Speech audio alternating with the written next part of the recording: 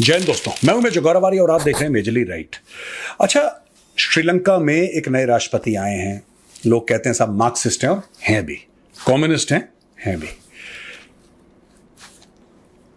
Indian media में कई सारे आर्टिकल्स आने लगे कि साहब ये बंदा जो है अब तो ये प्रो चाइना है और अब इंडिया के खिलाफ ये काम शुरू कर देगा श्रीलंका में, और ऐसी half informed pieces of information छाप दी गई हैं और डिस्कशंस भी हो रहे हैं टेलीविजन पे। मैं आपको कुछ चीजें बताना चाह रहा हूं कि श्रीलंका में हो क्या रहा है। ये जो बंदा है ये है कौन, इसकी आइडियोलॉजी क्या है और इंडिया के साथ इसका क्या कनेक्शन है। सबसे बड़ी बात, इसका डॉक्टर जयशंकर के साथ और एनएसए अजीत डोभाल साहब के साथ इसका क्या कनेक्शन है, ये सब मैं आपको बताऊंगा। जैसी चीजें हैं या जैसी दिखती हैं दोस्तों वैसी हैं नहीं, थोड़ा सा फेरबदल है। तो पहले चाइना बड़ा सेलिब्रेट कर रहा था। चाइना कह रहा था कि यार अब तो साड़ा बंदा आ गया है, अब तो बल्ले बल्ले है पूरी। पर बाद में पता लगा कि नहीं, ऐसी बल्ले बल्ले नहीं है, राइट। और यार इंडिया में जो मीडिया है, मुझे ये नहीं पता कि वो क्यों छाती पीटना शुरू कर देते हैं। हम लोग इतने साल से हैं श्रीलंका में, इतने साल से हैं श्रीलंका में, हमारी सिविलाइजेशनल लिंकेजेस हैं श्रीलंका के साथ, ऐसे ही इन सब चीज़ों को नकारा नहीं जाता है। तो थोड़ा सा take a deep breath before writing the obituary of a relationship. Take a deep breath and take a balanced world view. अब ये मैं आपको बताता हूं। ये जो भाई साहब है इनका नाम है अनुरा कुमारा दिसानायके। ये मार्क्सिस्ट हैं, इनकी पार्टी का नाम है जनता विमुक्ति पेरामुना। अच्छा, ये नेशनल पीपल्स पावर अलायंस है, इसको दिसानायके साहब हेड करते हैं और इस अलायंस ने 42% वोट जीते हैं। ठीक है जी। तो इनको बोला गया कि साहब आप राष्ट्रपति बनेंगे और आप श्रीलंका के राष्ट्रपति बनके श्रीलंका को लीड करिए। तो दोस्तों यहां पे ये हुआ है कि जैसे ही इनका इलेक्शन का रिजल्ट डिक्लेयर हुआ और इनको प्रेसिडेंट इलेक्ट बता दिया गया कि हाँ इनका चुनाव हो गया, ये राष्ट्रपति बनने वाले हैं, वो डिक्लेरेशन के 90 मिनट के अंदर संतोष झा जी, जो भारत के हाई कमिश्नर तो श्रीलंका हैं, वो जाके उनसे मिल लिए और ये रात के 9 बजे उनसे मिले।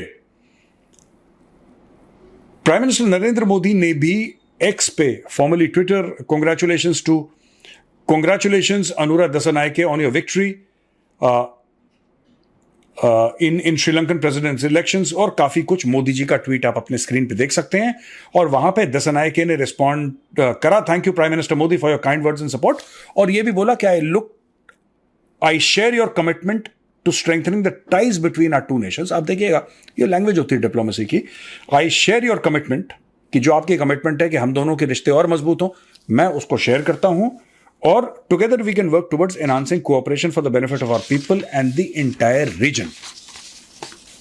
इसने कोई एंटी इंडिया बात नहीं करी। हां, अडानी का एक प्रोजेक्ट है, उसने मना करा था अडानी के प्रोजेक्ट को जब ये ऑपोजिशन में था, और जब इलेक्शन कर रहा था तब उसने बोला कि यार अडानी ने प्रोजेक्ट यहां पे वो कर दिया और ये श्रीलंका के फायदे में नहीं है। लेकिन जो चाइना का हनुमानटोटा पोर्ट है, इसने हनुमानटोटा पोर्ट को भी क्रिटिसाइज करा था। तो ऐसा नहीं है कि सिर्फ भारत की इन्वेस्टमेंट को क्रिटिसाइज करा, इसने चाइनीज इन्वेस्टमेंट को भी क्रिटिसाइज करा और बोला कि हनुमानटोटा पोर्ट जो है ये गड़बड़ है।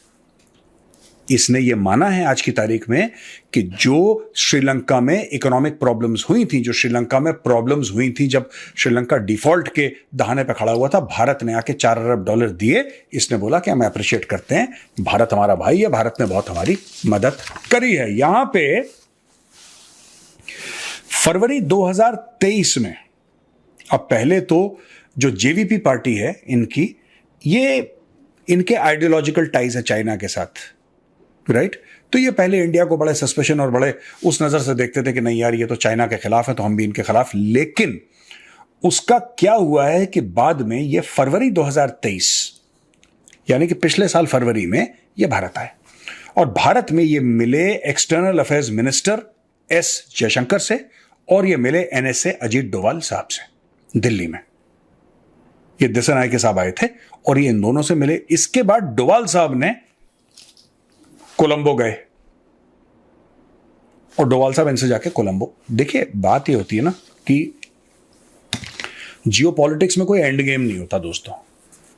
जियोपॉलिटिक्स चलती रहती है, चलती रहती है, चलती रहती है, चलती रहती है। आपने मालदीव्स का केस देखा? आपने मालदीव्स का, इंडिया आउट और इंडिया को ये कर देंगे और इंडिया का ऐसा कर देंगे, अभी तो चाइना की बल्ले बल्ले है। यहां का मीडिया भी यहां का मीडिया छाती बहुत जल्दी पीटता है। और जब भी मैं जाता हूं मैं यही चीज समझाता हूं मीडिया को कि there is no end game यार। ये ऐसा नहीं है कि मालदीव्स बिल्कुल ये चाइना के गोद में जाके बैठ गया, नहीं। मालदीव्स ने कोशिश करी होगी यार, हमने घास छीली है मालदीव्स में। मतलब आपने इंडिया को इतना हल्का समझ लिया कि मालदीव्स जो भी करेगा मालदीव्स के अंदर इंडिया चुपचाप बैठा रहेगा। क्या हुआ? 6-8 महीने खूब हम ये कर देंगे, हम ये कर देंगे, इंडिया के जो फोर्सेस हैं उनको निकालो, इसको निकालो, इसको निकालो। आज की तारीख में घुटने पे आ गए और आज की तारीख में मोहम्मद मुइजू आके दिल्ली में बाप बाप करके मोदी जी के पैर पकड़ रहा है और बोल रहा है कि भाई साहब अब जो हुआ सो हुआ, खत्म करो। अब वो भारत आने की दोबारा बात कर रहा है और ये इनवाइट कर रहे हैं प्रधानमंत्री मोदी को। देखिए ना, बात ये होती है कि कभी कोई चीज फिनिश नहीं होती। कई लोग हैं जो जियो पॉलिटिक्स वॉचर्स हैं, जियो पॉलिटिकल जो न्यूज है उसको वॉच करते कि जी नेपाल में ऐसा हो गया साहब, अरे भाई साहब ये हो गया, अब नेपाल में वो केपी शर्मा ओली है, वो तो प्रोचा। कोई बात नहीं, 2 साल के बाद केपी शर्मा ओली चला जाएगा, कोई और आ जाएगा। आपको लगे रहना है, जियो पॉलिटिक्स में आपको लगे रहना है, डिप्लोमेसी में आपको लगे रहना है, ठीक है। छोड़ के पाकिस्तान जैसे लॉस्ट केसेस के साथ आपको लगे रहना है। चाइना के साथ आपका गलवान की प्रॉब्लम हो, या आज की तारीख में चाइना क्या कह रहा है? क्या कह रहा है? चाइना कह रहा है कि जो 4 मेजर पॉइंट्स हैं वहां से हम अपने फौजी ही विड्रॉ कर लेते हैं। कहानी खत्म हो गई, उसने फौजी विड्रॉ कर लिया अपने। चाइना ने बोला कि हमें भारत के साथ लड़ना ही नहीं है यार, आप हमें बताओ ट्रेड और कैसे बढ़ा सकते हैं, धंधा कैसे कर सकते हैं, बात बताओ। इसके कई कारण हैं, इसके कारण अमेरिका भी है। इसका कारण यह भी है कि चाइना को लग रहा है कि यूक्रेन रशिया की लड़ाई खत्म होने वाली है। चाइना को यह भी लग रहा है कि इजराइल हमास की लड़ाई आज नहीं तो कल, नहीं तो 6 महीने के अंदर खत्म हो जाएगी। फिर जब ये लड़ाइयां खत्म हो जाएंगी तो पूरी दुनिया, खासतौर से अमेरिका का, इसकी नजर होगी चाइना के ऊपर। जब इसकी नजर होगी चाइना के ऊपर और चाइना को अमेरिका और पूरे उसके जितने भी साथी हैं उनके साथ डील करना पड़ेगा। और ये टैरिफ पे टैरिफ लगा रहे हैं। हाल ही में इन्होंने 17 से लेकर 37% टैरिफ लगा दिया चाइना की इलेक्ट्रिकल व्हीकल्स के ऊपर। जो पहले 10% था उसके ऊपर लगाया है। 10% प्लस 37% या 17 depending on the class of the electrical vehicle. China को तो पेट पे लात मार दी। अब पूरी दुनिया चाइना के खिलाफ हो गई है। चाइना यह कह रहा है कि यार चलो पूरी दुनिया खिलाफ हो गई है, हम उनके साथ डील कर लेंगे, लेकिन हम भारत को जानबूझ के क्यों भारत को अपने खिलाफ करें? हमारा नेबर है, हमारे बगल में इतनी बड़ी फौज है, इतनी ग्रोइंग इकोनॉमी है कि आप इंडिया के साथ लॉन्ग टर्म पंगा अफोर्ड कर सकते हैं। दोस्तों ऐसी बात नहीं है कि जो चाइना है उसको नहीं पता है कि दुनिया में क्या हो रहा है। They know very well. ये टैक्टिकल रिट्रीट है चाइना के लिए।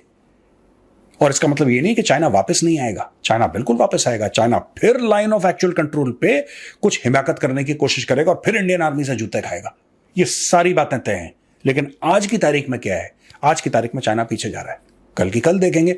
उसी प्रकार से श्रीलंका में जो इंडियन मीडिया वाले छाती पीट रहे हैं कि हाय हाय दिशा नायके आ गया, हाय हाय ये तो चाइना के बड़े क्लोज है, हाय हाय ये नहीं, this is an ongoing game. और वो खुल के कह चुका है रिटन में कि I look forward to working with India, और हम लोग इस पूरे एरिया को, इस पूरे इलाके को ऊपर ले जाएंगे। और मैं आपका शुक्रगुजार हूं, आपने मदद करी है मेरी। उसने चाइना के इन्वेस्टमेंट को भी क्रिटिसाइज करा, अगर उसने इंडिया की अदानी की इन्वेस्टमेंट को क्रिटिसाइज करा तो, राइट। और यहां पे आके 2023 फरवरी में वो ऑलरेडी, क्योंकि इनको देखिए इंडिया में भी ना लोग वॉच कर रहे हैं, इंडिया में लोग वॉच कर रहे हैं। अच्छा वहां पे चुनाव होने वाले हैं, लहर क्या है? अच्छा लहर ये है कि हो सकता है ये जीत ले। 100% एक्यूरेट नहीं होता है, इट इज नॉट 100% एक्यूरेट, लेकिन हाँ लहर का पता लग जाता है थोड़ा बहुत। तो इंडिया ने पहले एंगेज करना शुरू कर दिया। आपने और मैंने तो इसका नाम सुना है। अब पता लग रहा है कि फरवरी में डोवाल साहब से मिल चुका था, ये जयशंकर साहब से मिल चुका था। ये लोग क्यों मिले? ये लोग क्यों मिले उस बंदे से यार जो आज की तारीख में प्रेसिडेंट बनने जा रहा है श्रीलंका का? ये लोग इसलिए मिले बिकॉज दे न्यू कि इसका चांस है 40, 50, 60, 70% ये बन जाएगा प्रेसिडेंट। आज से इससे दोस्ती करके रखो कि कल हमारा बंदा कोलंबो में बैठा हो।